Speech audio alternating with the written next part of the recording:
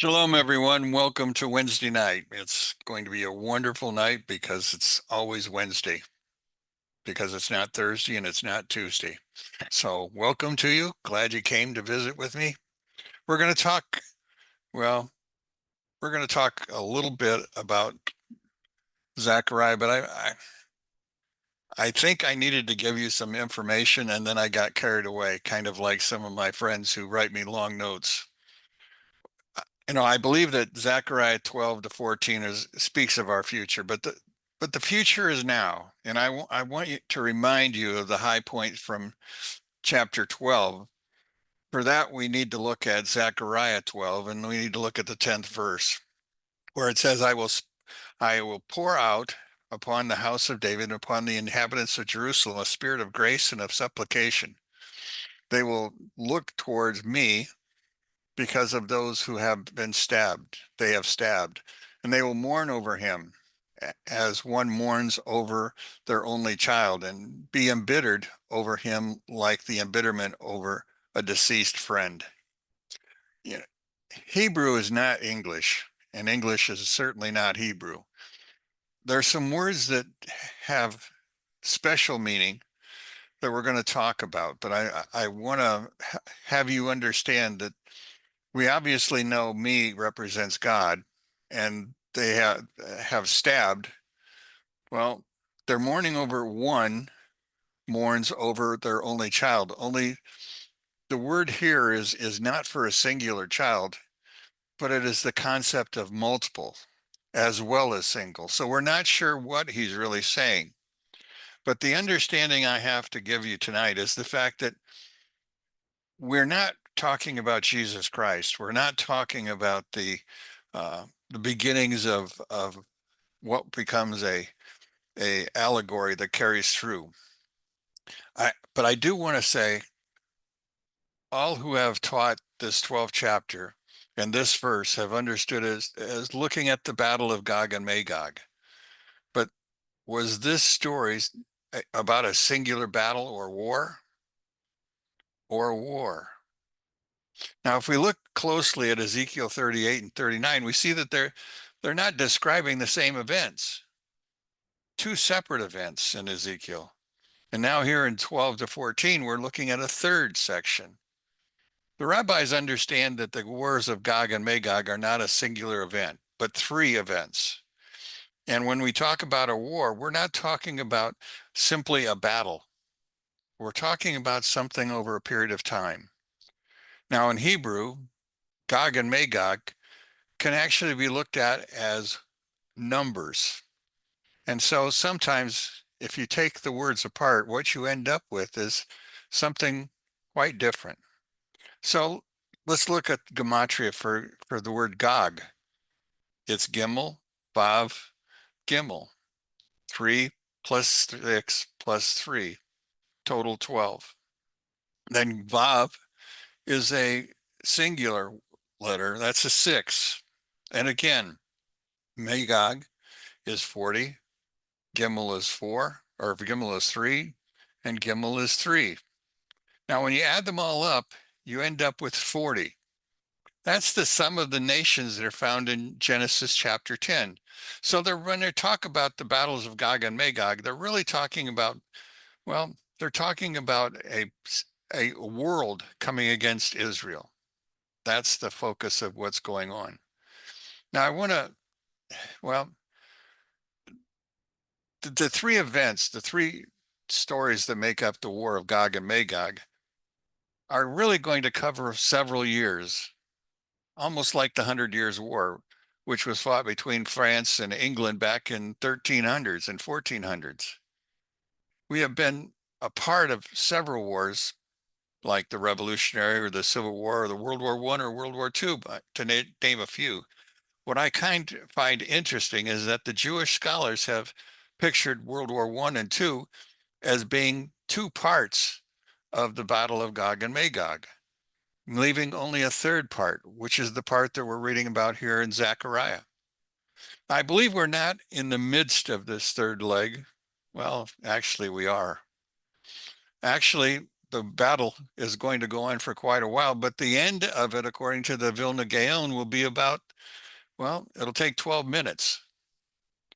Now, 12 minutes doesn't sound unreasonable today, but the Vilna Gaon lived 300 years ago, when a prediction like that would have been, well, it'd just been laughable. But today, I believe the third leg really began on October 7th, 2023, with the invasion of Israel by Hamas, with the help of the Iranians and the Houthis and the Hezbollah. I also need to remind you that the thoughts regarding the prophet Daniel, when he wrote about the 70 weeks. And I, again, earlier taught the 7 weeks story, but it wasn't about 7 weeks of days or years. It was 70 Jubilee cycles of 350 years. In other words, it would go from the day that Joshua led the people of Israel into the promised land in 1406 BC and would end October 7th, 2023. Now, as we go through this, I want you to, well, let's start this way. While many of the world leaders were cheering on President Trump and his ability to stop wars between neighbors, the streets of Europe were filled with anti-Zionists protesting Israel's heavy-handedness. Now, this is while they're talking about peace. Now, this war isn't, in my thinking, is not over. In fact, far from it, because the Middle East is, well, there's a great deal of tensions between Turkey and Israel. Now, the agreement between Israel and Hamas was signed in Egypt by the leaders of Egypt, Qatar, Turkey, and the United States. An odd group. Egypt has, for the last few years, has placed thousands of troops on the southern border of Gaza, but they refuse to help Israel in smashing Hamas. Qatar, well, that's where the Israelis began to throw a bomb into one of the hotel rooms and killed the wrong people. The third group was Turkey. Now, according to many international writers, the relationship between Turkey and Israel has entered its most perilous phase in decades, with both nations now openly arguing or acknowledging the possibility of a military confrontation. What began as diplomatic tensions over Gaza has evolved into a broader strategic competition that threatens to redraw the boundary lines in the Middle East. Recent statements from the Turkish and Israeli officials reveal that the relationship between the two states, well, they're at their lowest point in some 15 years. And that's with the specter of conflict over what's going on in Syria. Oh, by the way, did I tell you the list of nations will include in the wars with Israel? Is Ezekiel 38:6 talks about the fact that Gomer, Germany, and Togomar, Turkey, will be involved, as well as their cohorts. And I'm not sure who their cohorts could be, but they probably are the Muslims. Now, from humble beginnings, President Erdogan has grown into a political giant, leading Turkey for some 22 years. And he's been replacing his countrymen, the leaders, with friends, and taking and putting, well, his enemies in jail. Now, he's been criticized for increasing the repression on his people over the last few years. Now, recently, the government arrested and jailed his major rivals again. But I want to go to another topic first, and I'll come back. In physics, time is not merely a construct, but it's not an absolute either. Albert Einstein showed that time is relevant. It flows differently depending on gravity and on speed. It's woven together with the space into a four-dimensional fabric, according to science. The fabric's called space-time. So why time has measurable reality, we just can't calculate its effects. It flows, and even its order depends on the observer's frame of reference. The word that means past or present or future, well, they're universal, but really they're not rational. In philosophy, many of the philosophers call time a mental construct, a way the human mind orders change. Immanuel Kant was a German philosopher.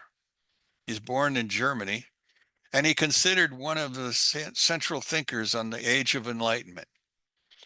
His compromise, or his comprehensive and systematic works in epistemology and metaphysics and ethics and aesthetics have made him one of the most influential and highly discussed figures in modern Western philosophy. In his doctrine about transcendental idealism, Kant argued that space and time were just mere forms of intuition that structure all experiences, and that the objects of experience, well, they're just mere appearances. Now, in Jewish mystical thought, time is both real and it's also created. It's called a vessel, a kli. It's a divine revelation. Time begins with creation because it starts out in the beginning, Bereshit. That's at the first moment. Before that, well, before that, there is no before that. Yet the divine realm beyond creation, Ein Sof, there is no time at all. Past, present, and future are unified. The Zohar calls this the secret of the cycles. Time as a spiritual, not a line. It's a moment that reflects early ones, but on the higher turn of a spiral. It's like an auger. It's like a drill in the sense that it's going up. Now, from this angle, time is a construct within creation designed to allow process, growth, and tikkun. You see, the world is in need of repair. It's how the infinite one expresses change in a finite world. Time is a construct within creation, but not within divine reality. To understand whether time is a construct, we must see how the Kabbalists understood its purpose, why God made time at all. In Kabbalah, time is a vessel of revelation. In the realm of Ein Sof, which is his highest name possible, the world of Atzilut, all worlds, the infinite one, there is no time, there's no change, there's no before, there's no after. Everything simply is. But if the infinite one cannot be perceived by finite beings, the very act of creation introduces, well, it gives us a container, a system of limitations called Zaman, which is time, and Makom, which is space.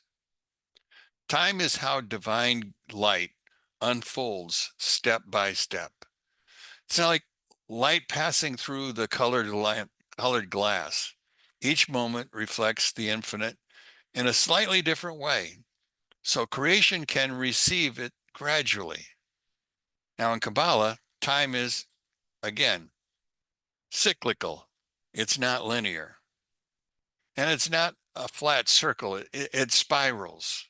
And it means history repeats itself, but at a higher octave each time. In Kabbalah, they see time from a very spiritual perspective. A week is 7 days, but that 7 days also corresponds to the 7 lower Sephirot. The 12 months of a year correspond to the 12 tribes, to the 12 constellations that occupy our skies, to the 12 channels of divine energy. There are cosmic cycles called Shmitot. And in correspondence to vast epochs of time, creation rises and falls. I will talk more about Shmatot, not tonight, but later when we get into the idea of what comes after this world. Now, it corresponds to the vast understanding of rising and falling. Each Shabbat, each festival, each millennium, well, they repeat in an earlier energy, but with new cycles, it elevates itself. You and I don't feel it because we aren't living in a Jewish world. We watch the same calendars. Not really. Our calendar is quite different than theirs. Now, the Shmatot are vast cycles of cosmic time, not limited by days and weeks and years. And it's described in another book called Sefer HaTuman, and later expanded by the Arizal and men like the Ramak. Just as the Torah commands that every seventh year is a Shemitah, Shemitah being a cycle year or a sabbatical year for the land, so too creation itself moves through seven great cosmic cycles, each lasting 7,000 years. Now you find this out by going to Sanhedrin 97a in the Talmud. 6,000 years is the time of action. It's about history and it's about rectification. The 7,000th year is called the Great Shabbat. That's the rest when the world roots returns to its roots. Now, after that, a new creation begins, another Shemitah with the new spiritual laws and new physics. That's what we will go into after this one ends. Now, each Shemitah, well, it's a 1 day in a higher divine week. Actually, the Shabbat is a, there are several opinions as to which cycle we're in. Now, according to the Arizal, we're in the sixth cycle, which corresponds to the Sephirah of Yesod, the idea of secrets, the phase of connection, completion, and preparation for a revelation that's about to come. So even time itself is part of a great metacycle of creations and renewals. Why does time exist at all? Because without time, there can be no tikkun, no repair. There would have been an end to Adam and Eve, and that would have been it. In timelessness, everything simply is. In time, we can move from what is to what ought to be.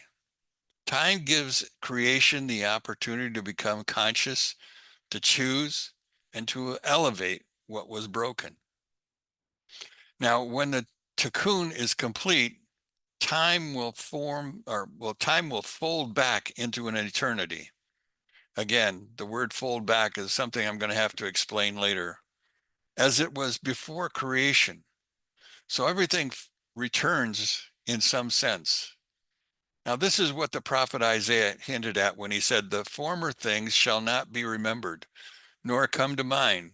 For behold, I create new heavens and a new earth." That's in Isaiah 65:17. Now, in Zeratic time or terms, that's the moment when time simply dissolves. Eternity, Netzach, in Kabbalah means the state beyond time, where all moments exist. There is a place where that is now. There is nothing God doesn't foresee. He sees all the moments, past, present, and future, equally.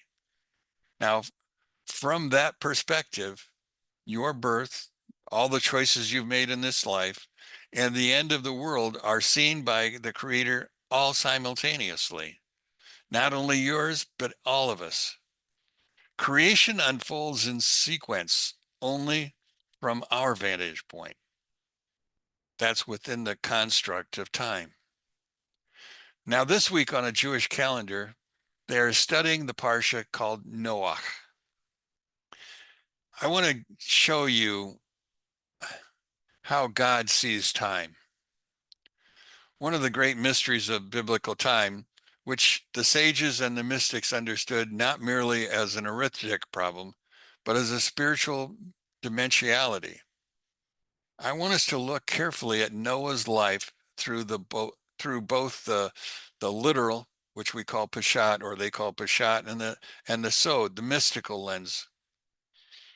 Okay, here's an unreconcilable math problem. Genesis 7:6 says, Noah was 600 years old when the flood waters were upon the earth. 9:28 and 29 say, when Noah lived after the flood 350 years. All the days of Noah were 950 years and he died. But what about the year Noah and his family and the animals lived on the ark? Shouldn't his life have been 951? Now, this isn't a scribal mistake. The sages, and later other Kabbalists understood that the missing year reveals something profound about divine time versus human time. The flood year is treated differently in the Torah because it was, in essence, a year outside of time. A reset of creation, remember. What happened to the earth? The earth was flooded. Also, remember back into Genesis. How did our book of Genesis start? In the beginning, God created the heavens and the earth. And then what happened? It was dark. Waters covered the earth. So we're looking at a second creation story. So during the year of the flood, the entire world returned to the state of tohu vabohu, which is chaos and formlessness, mirroring the primordial pre-creation state. In that cosmic sense, time was simply suspended. Now, Noah's year in the ark was not part of an ordinary flow of mortal years because the created order, day, night, and seasons, they were all disrupted. Rashi, when talking about Genesis 8:14, notes that the flood altered even the calendar cycles. So when the Torah says Noah lived 950 years, it is counting only the years within the restored covenantal order of creation, not the timeless year of destruction and rebirth. To the Kabbalists, time folds during judgment. That year, or period of years, corresponds to a zimzum, or withdrawal of the ordinary light of the world.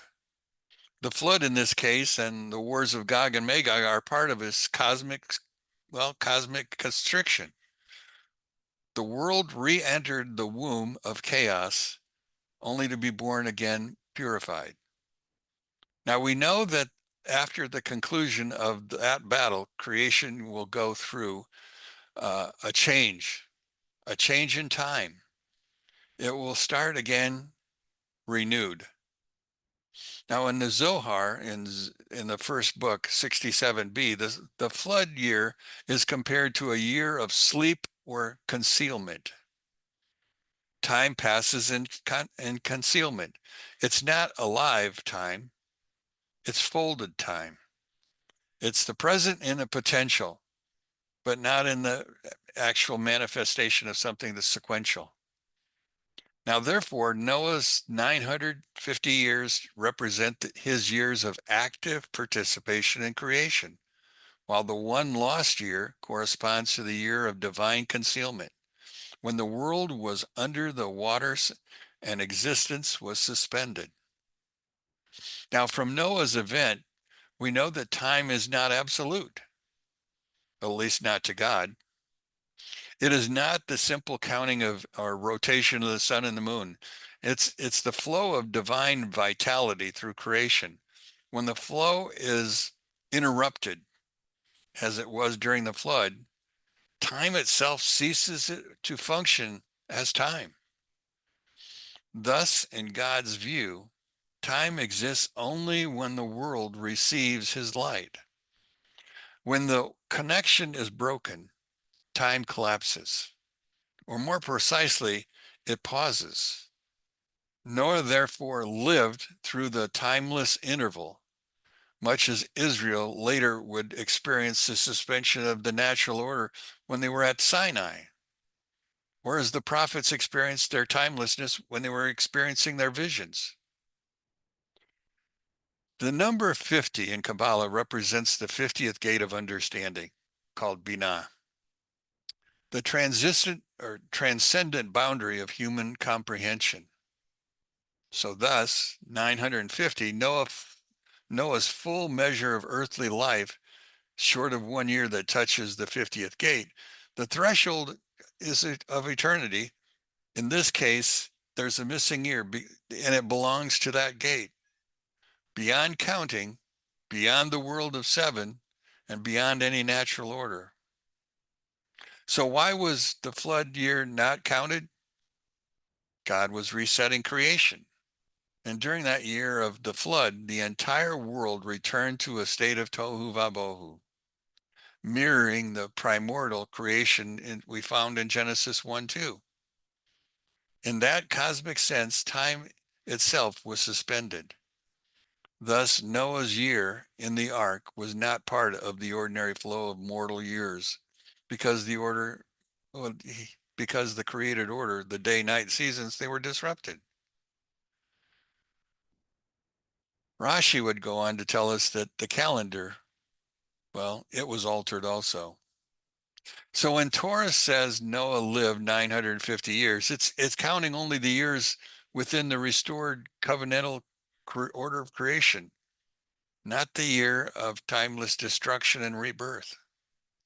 In Kabbalistic language, that year corresponds to Zimzum, the withdrawal of divine light from the world. The flow was in an act of cosmic constriction. The world re-entered the womb of chaos to be reformed and purified. Now, in the Zohar, again, in the first book, in 67b, the flood year is compared to, well, hold on a second. Okay. The flood year is compared to a year of sleep or concealment. Time that passes in concealment is not alive time. It's folded, present into potential, but not in a manifest sequence. Noah's 950 years represents his years of active participation. The one lost is divine concealment. Now, this teaches us that time is not absolute. It is not the simple counting of rotations of the sun and the moon. It's about divine vitality. In God's view, time exists only when the world receives his light. When the connection is broken, time simply collapses. All the more precise, it actually just simply pauses. But Noah, therefore, lived through a timeless interval, much like Israel later would experience the suspension of the natural order when they were at Mount Sinai, or when the prophets, well, that timelessness. Again, understand the year that he was in that ark is outside of time. It connects to other moments in Scripture when time folds or pauses, like in the case of Joshua causing the sun to linger in the sky, or Hezekiah's shadow turning back, or the sun standing still. And what that reveals is that God edits time for his own purpose. Now, last week, the world was praising the peace agreement between Israel and Hamas. Did the third war of Gog and Magog end? Or are we in a lull? Next time, I'll begin to work on chapter 13 for you and begin to give you some more ideas. Again, Zechariah is not the same book I read when I was a kid or younger, or even when I retired. It's a new book with new ideas. I hope you stay with me for next week and become part of that process. I'm done for tonight. Anybody have any thoughts? Yeah. Okay. The pause of time Which with one? Noah in the ark, Okay. it made me think of how I do with a 2 hour movie that I record on my DVR. I can zoom past the commercials and make a 2 hour movie only an hour and however many minutes. Most likely 20.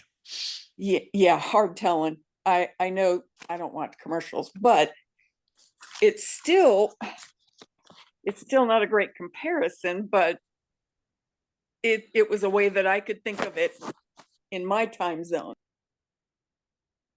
I haven't even talked with you about cosmic time yet. That'll be the last lesson.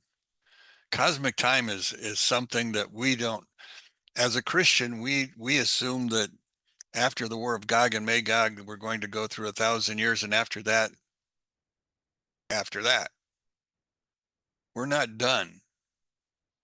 This cycle will continue if the Arizal is correct. And many other rabbis say we are only in the cycle of Netzach, the cycle of Apophis, that next will follow this period of prophets, and we will move into Hod. So there's more to teach you, more to help you understand how the world is working, because God doesn't work the world the way we think he does.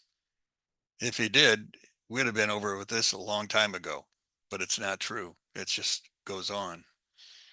Rod, you were going to say something. Yeah.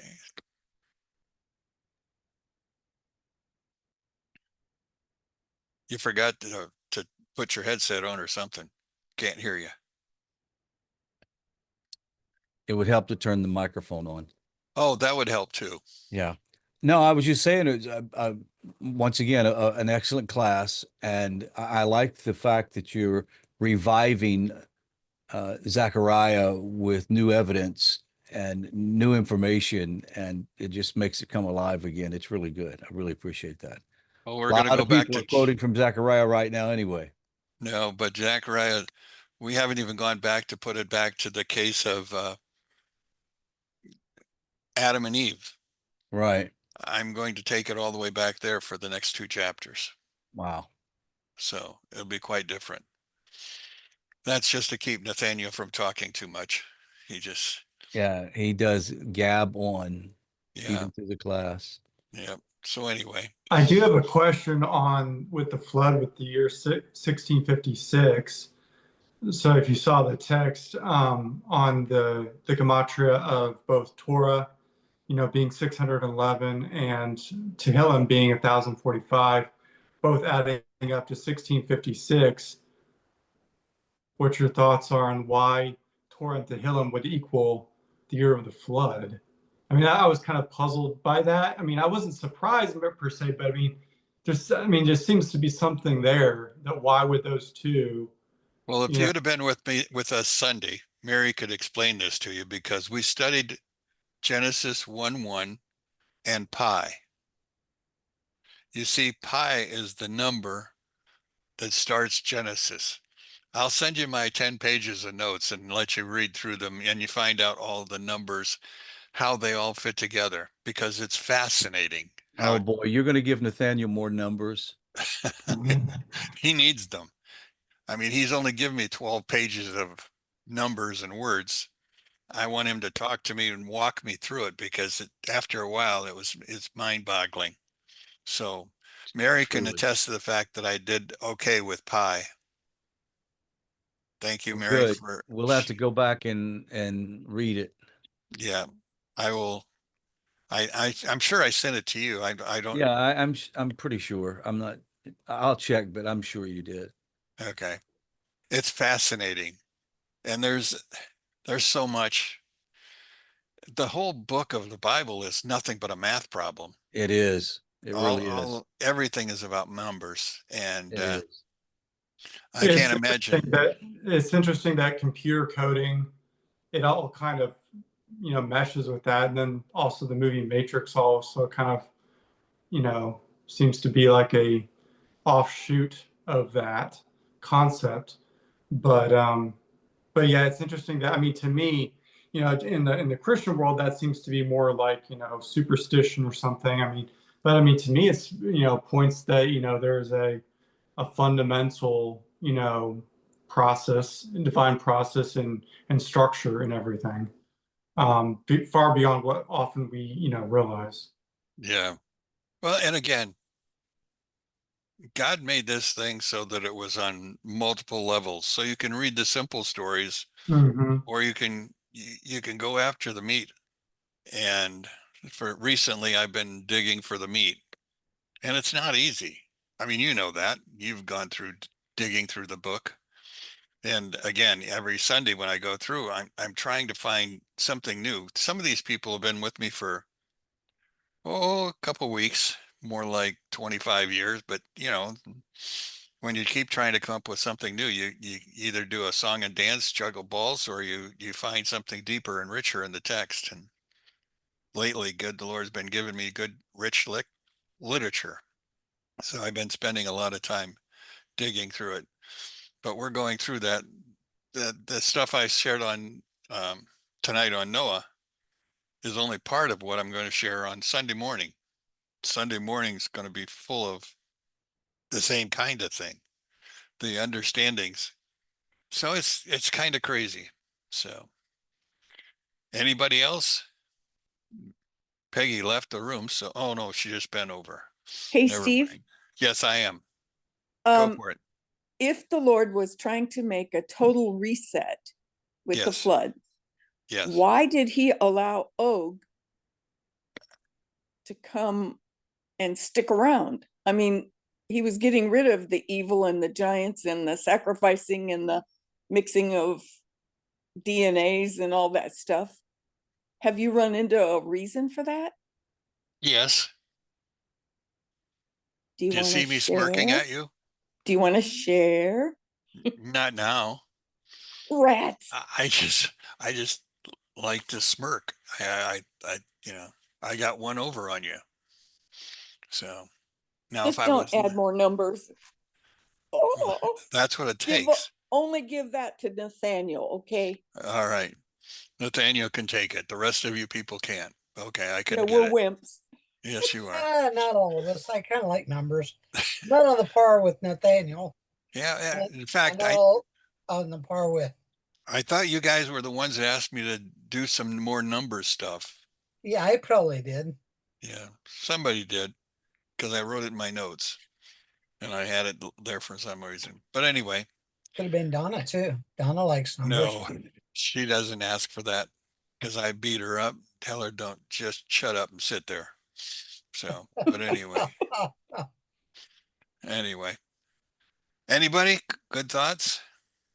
It just makes it hard to hold a conversation with people that want to stay on the simple level. Anymore? I think that's probably some of the reasons why some of us have fallen away, as they would say. We got to go deeper. And I think that's important. Yeah, Well, that's and I wondered why you called it meta something or other when meta means dead or death. Metaphysical? It was a different word I can't see in the dark. No I made offense, but it's notes your on it, dark but right now. yeah, I don't see you. All right. Well, you can save it for Sunday and then we'll talk about it then. yeah, because But- then there will be daylight. Yes, it will. Yes, it will.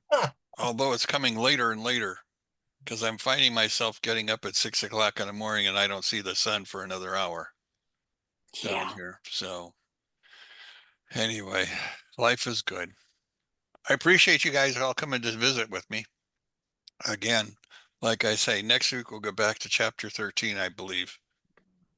we appreciate the explosion in the head with all these It- numbers. Oh, I love it, but it really stretches me. It stretches But I probably everybody. need that to take my mind off of Everything other else. things in my life. That's right. Life is good. I will see you guys later. Thank you for coming to visit with me next week. Zechariah 13. Shalom, y'all. Thank you. Have a great day.